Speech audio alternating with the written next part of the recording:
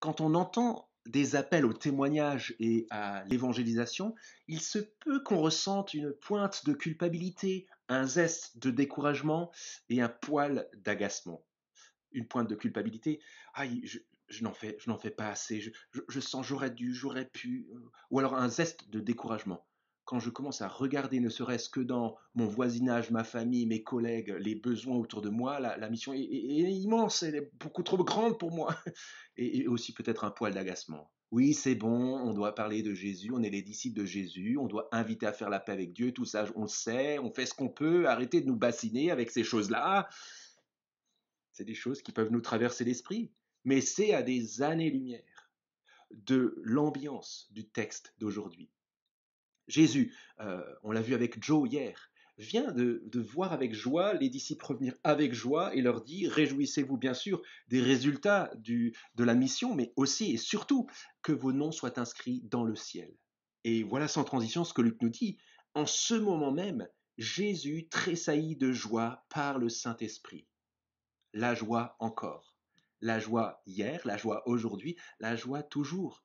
Et ce qui est frappant ici, c'est que c'est Jésus lui-même, le Fils de Dieu, celui par qui Dieu offre sa paix et son pardon. C'est Jésus qui est rempli de joie. Et il dit, dans la suite, pourquoi il est plein de joie, pourquoi il loue le Père. On le lit ensemble.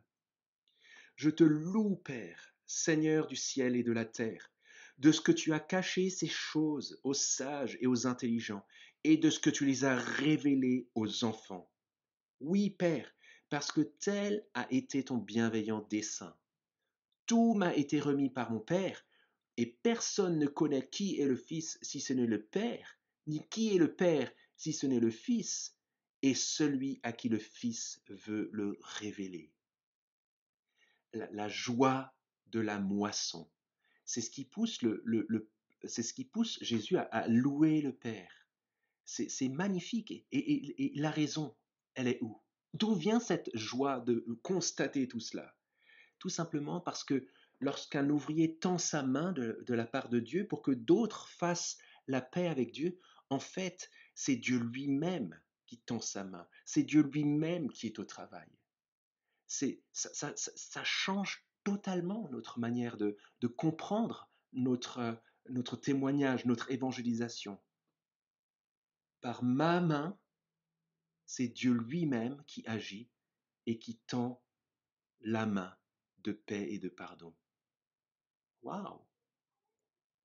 Ça nous conduit à une question et un défi de taille. La question, c'est la suivante.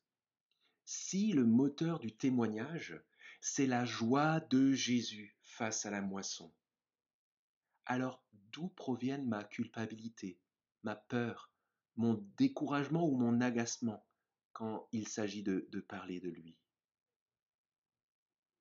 Et ça nous conduit à un défi.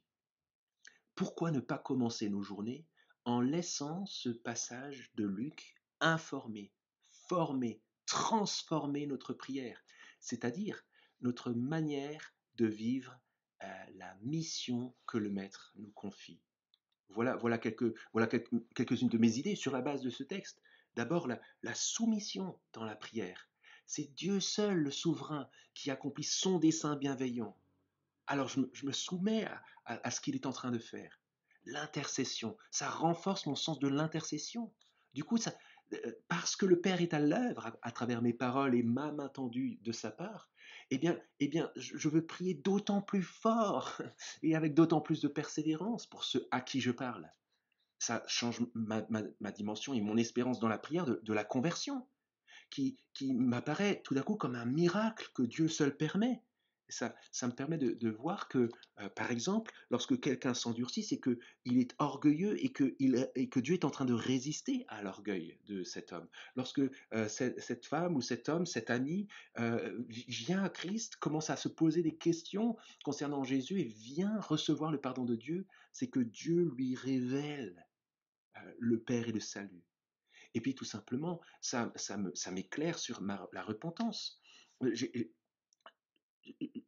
Dans ma prière, je veux avoir ce sentiment de repentance et cette conviction qu'il faut que je me repente. J'ai pensé que c'est moi qui faisais la différence en tendant la main. Je me repens de cela. Ou alors, je me repens parce que j'ai cherché à préserver la futilité de mon confort, de ma peur du quand dira-t-on, au lieu, et du coup j'ai renoncé à la joie du ciel à cause de cela. Et ça me conduit à quoi d'autre? Eh bien, à la reconnaissance dans ma prière. Parce que le Père veut se révéler, parce que le Fils révèle le Père lorsqu'il le choisit, et qu'il l'a déjà fait pour moi. La dernière partie du passage, on va le lire, nourrit ma reconnaissance. C'est pour ça que Jésus se tourne vers ses disciples et dit, heureux les yeux qui voient ce que vous voyez, car je vous dis que beaucoup de prophètes et de rois ont désiré voir ce que vous voyez et ne l'ont pas vu, entendre ce que vous entendez et ne l'ont pas entendu. Ma prière est marquée par la reconnaissance. Et puis ma prière est marquée par la confiance, la sécurité, l'audace, parce que Dieu soutient et agit chacune de mes paroles, bien sûr avec mes limites, mais par sa puissance, parce qu'à travers ma main, c'est sa main qui agit et qui est tendue. Et ça me conduit à l'adoration.